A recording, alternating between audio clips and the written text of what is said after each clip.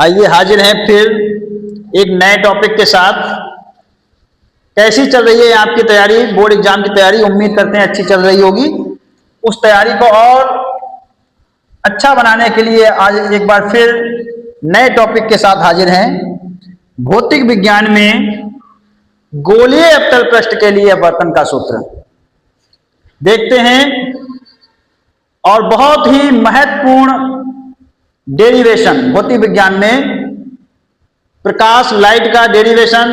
Light लगभग 13 number की आती है, तो उसका लगभग 5-6 डेरिवेशन बहुत ही इंपॉर्टेंट डेरिवेशन है। उनमें से एक गोलीय अवतल पृष्ठ के लिए अपवर्तन का सूत्र जो 5 नंबर में आता है। देखेंगे इसको। अवतल पृष्ठ, तो अवतल पृष्ठ क्या होता है ये देखिए। अवतल ऐसा पृष्ठ जो अंदर की ओर धंसा हो उसे अवतल पृष्ठ कहते हैं। ये हमने बना दिया अवतल पृष्ठ। अवतल पृष्ठ इसका एस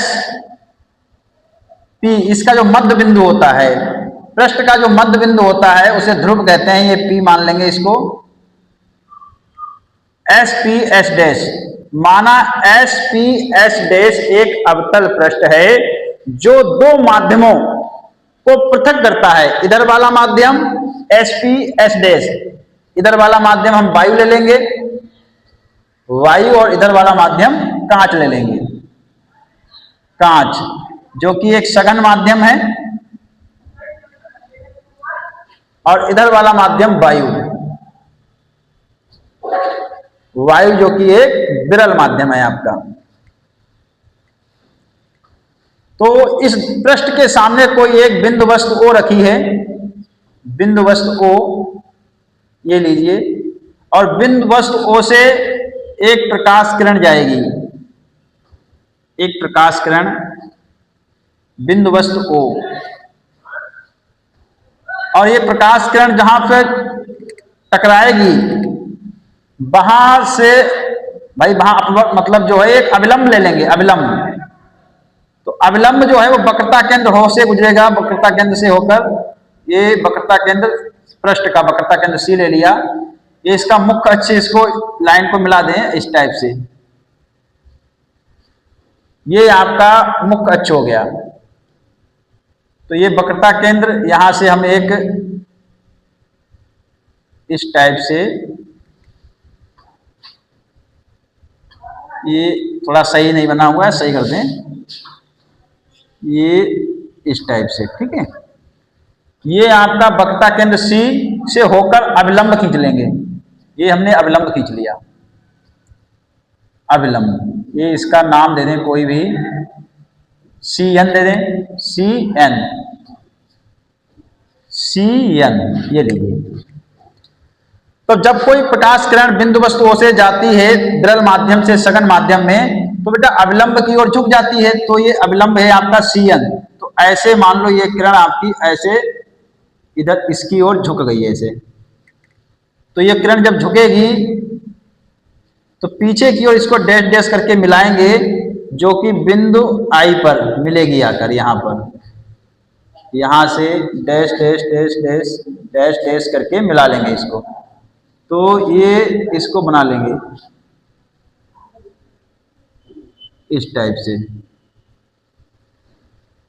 बिंदु I पर मिलेगी ये। तो ये जो किरण जाती है मतलब पृष्ठ की ओर आने वाली प्रकाश किरण को आपतित किरण कहते हैं। और आपतित किरण अविलंब के साथ, अविलंब आपका क्या है CN, यही तो CN है। तो CN के साथ ये वाला जो कोण है, इस कोण I बनेगा। ये कोण तुम्हारा क्या है I, इसको मैं यहां लिख दे रहा हूं I। और ये किरण क्या है आपकी आपतित किरण है।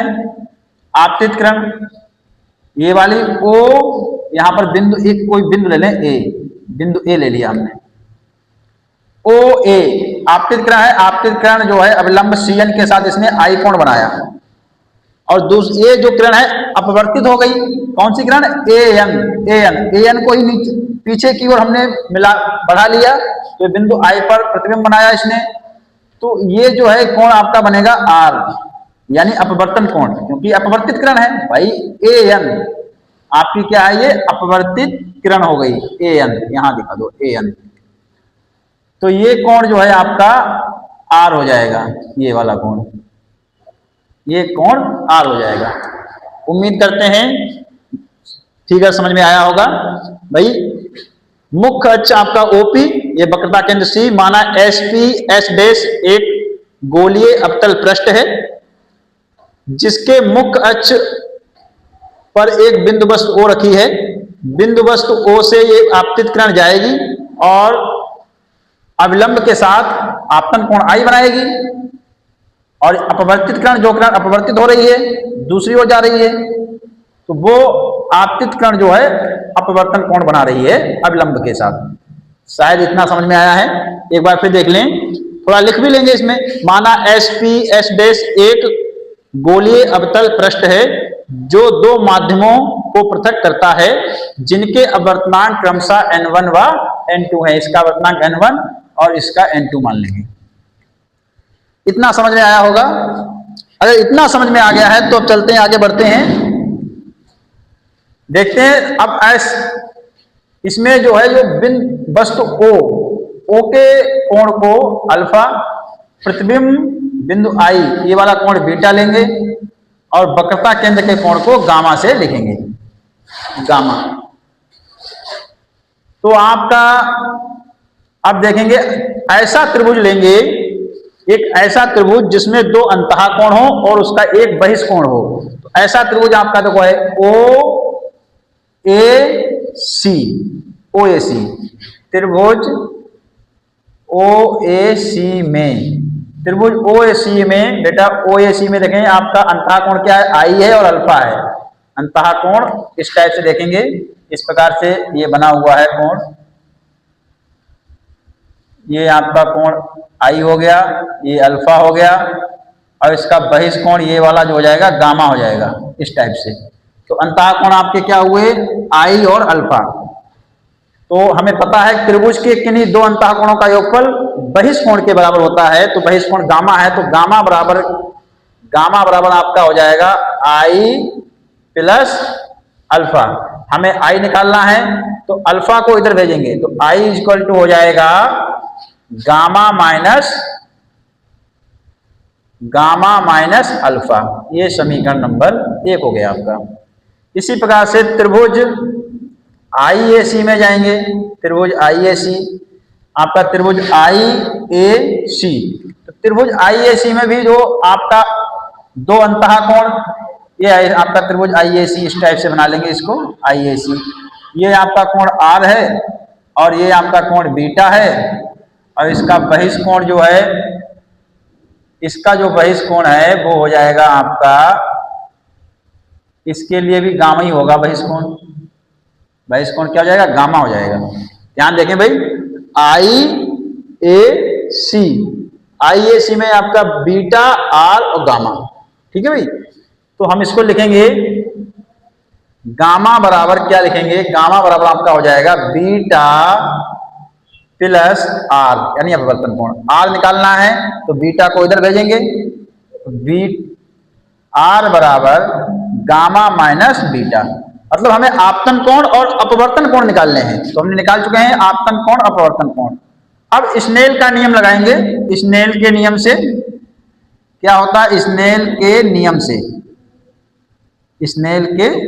से क्या होता है, स्नेल का नियम, साइन आई बटा साइन आर बराबर नितांक n2 बटे n1। क्योंकि हम विरल माध्यम से सघन माध्यम में जा रहे हैं, किस अवर्तनांक में जा रहे हैं, कांच में। कांच का अवर्तनांक क्या है, n2। तो जिस माध्यम में जा रहे हैं उसका अवर्तनांक बटे जिस माध्यम से जा रहे हैं बटे उसका अवर्तनांक। चूंकि कोण आई व आर बहुत छोटे हैं,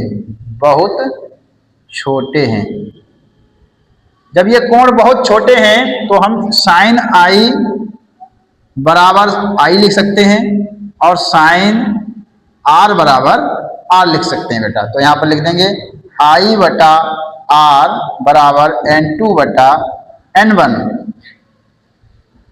तिरछी गुणा करेंगे तो N1I बराबर N2R हो जाएगा, N2R ये हो जाएगा। अब समीकरण 1 व 2 से I व R के मान रखने पर, I व R के मान रखने पर, तो रख देंगे इसके मान,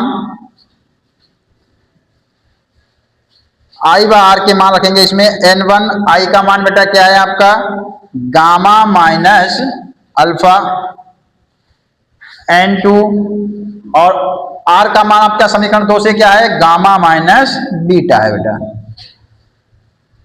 तो इसकी गुणा करेंगे N1 gamma minus N1 alpha बराबर N2 gamma minus N2 beta. ये आपका समीकरण 3 बन गया, समीकरण 3 हो गया आपका। अब क्या करेंगे, अब ये जो कोण आपको अल्फा बीटा गामा दिख रहे हैं, जब क्योंकि हम इस पृष्ठ का द्वारक बहुत छोटा है, पृष्ठ का द्वारक बहुत छोटा है, तो बहुत छोटा है तो इसके बनने वाले कोण भी छोटे होंगे। जैसे I व R कोण छोटे बन रहे हैं तो ये भी कोण छोटे हैं। दूसरी बात इसमें यह है कि इसमें यहां से हम एक लंब भी खींचेंगे, यहां से एक लंब खींचेंगे, ये हमने लंब खींच लिया इस पर, जो कि यहां पर बिंदु B ले लेंगे, B, और इसकी लंबाई को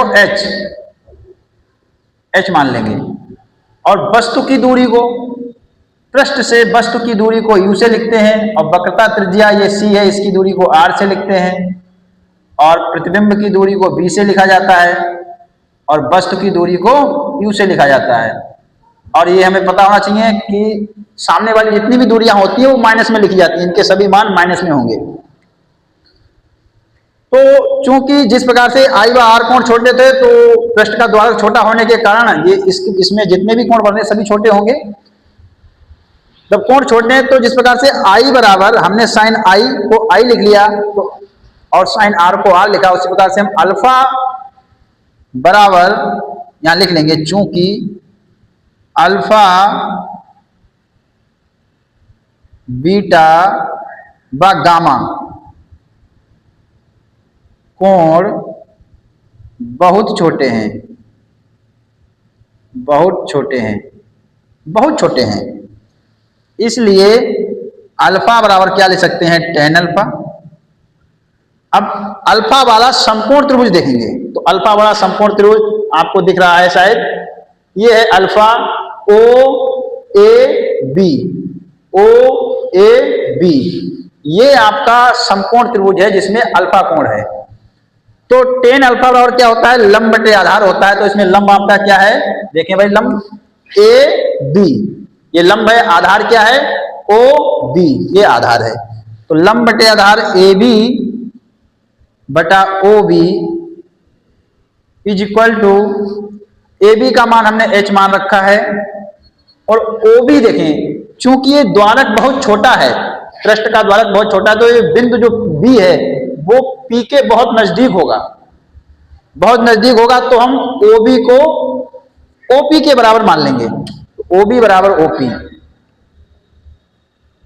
यहां लिखेंगे, चूंकि OB बराबर लगभग OP के बराबर है, तो हमने OB की जगह OP रख दिया, तो अल्फा बराबर हमारा क्या निकल के आया, h बटे OP का मान बेटा क्या है, OP, जो वस्तु की दूरी है इसे माइनस u से लिख लेंगे।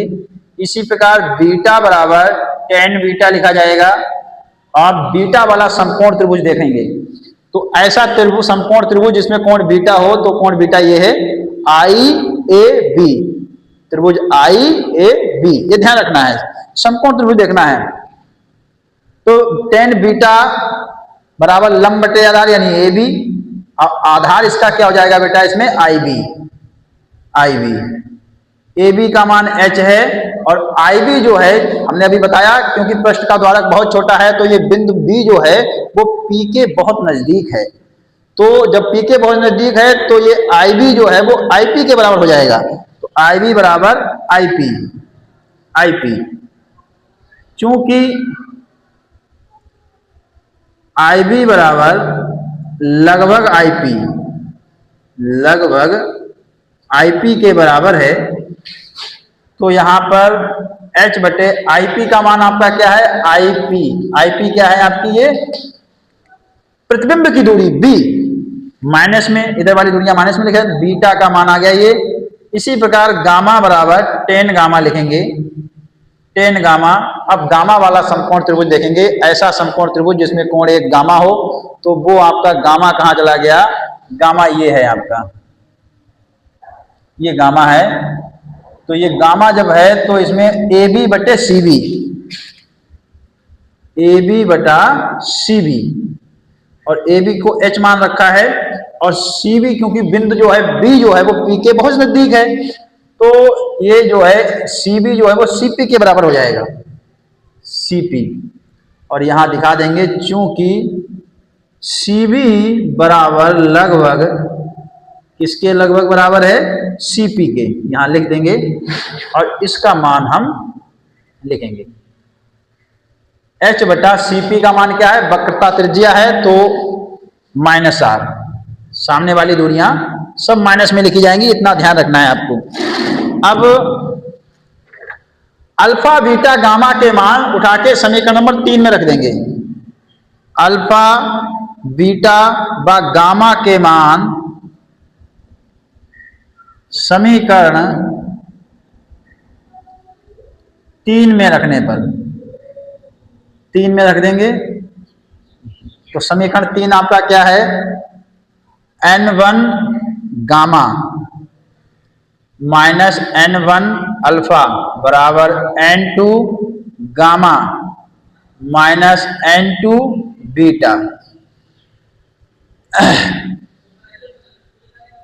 अब इसमें मान रख देंगे गामा, गामा का मान क्या है, h बटे आर गुणे h बटे माइनस का r माइनस का n1।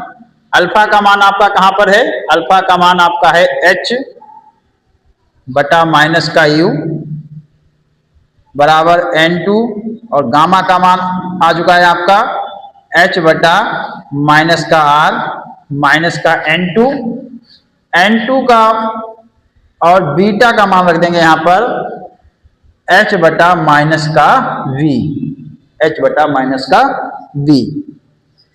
अब ध्यान देंगे यहां पर ये जो r दिख रहा है, आर आर, ये एक साइड में कर लेंगे इसको, ठीक है, एक साइड में इसको करना है हमें।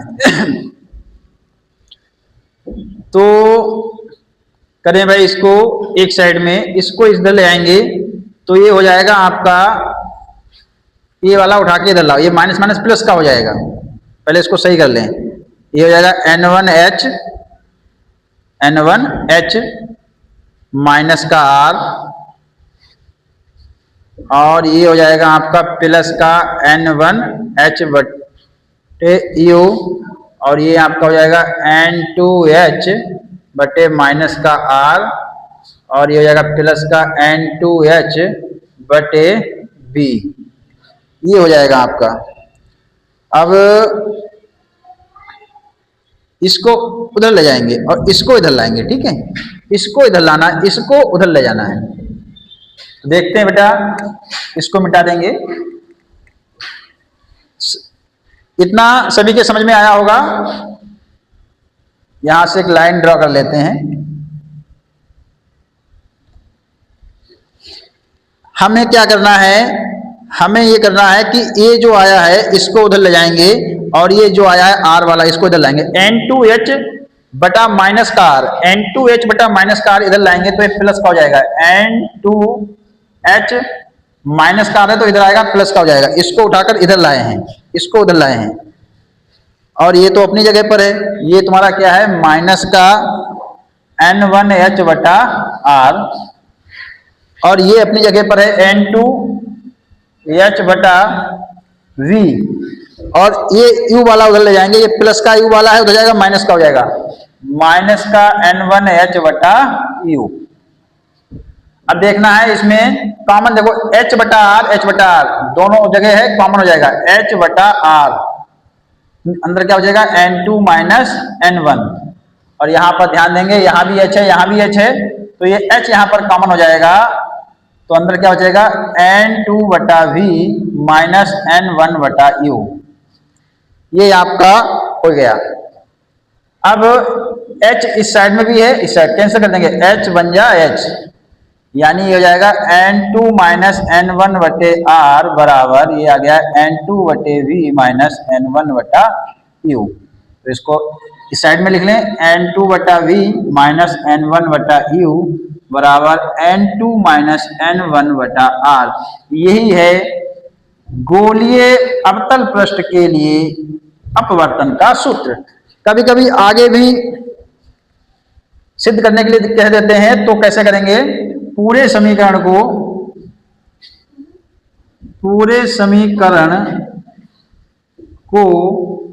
N1 से भाग करने पर, भाग दे देंगे, भाग करने पर, तो भाग कर देंगे N2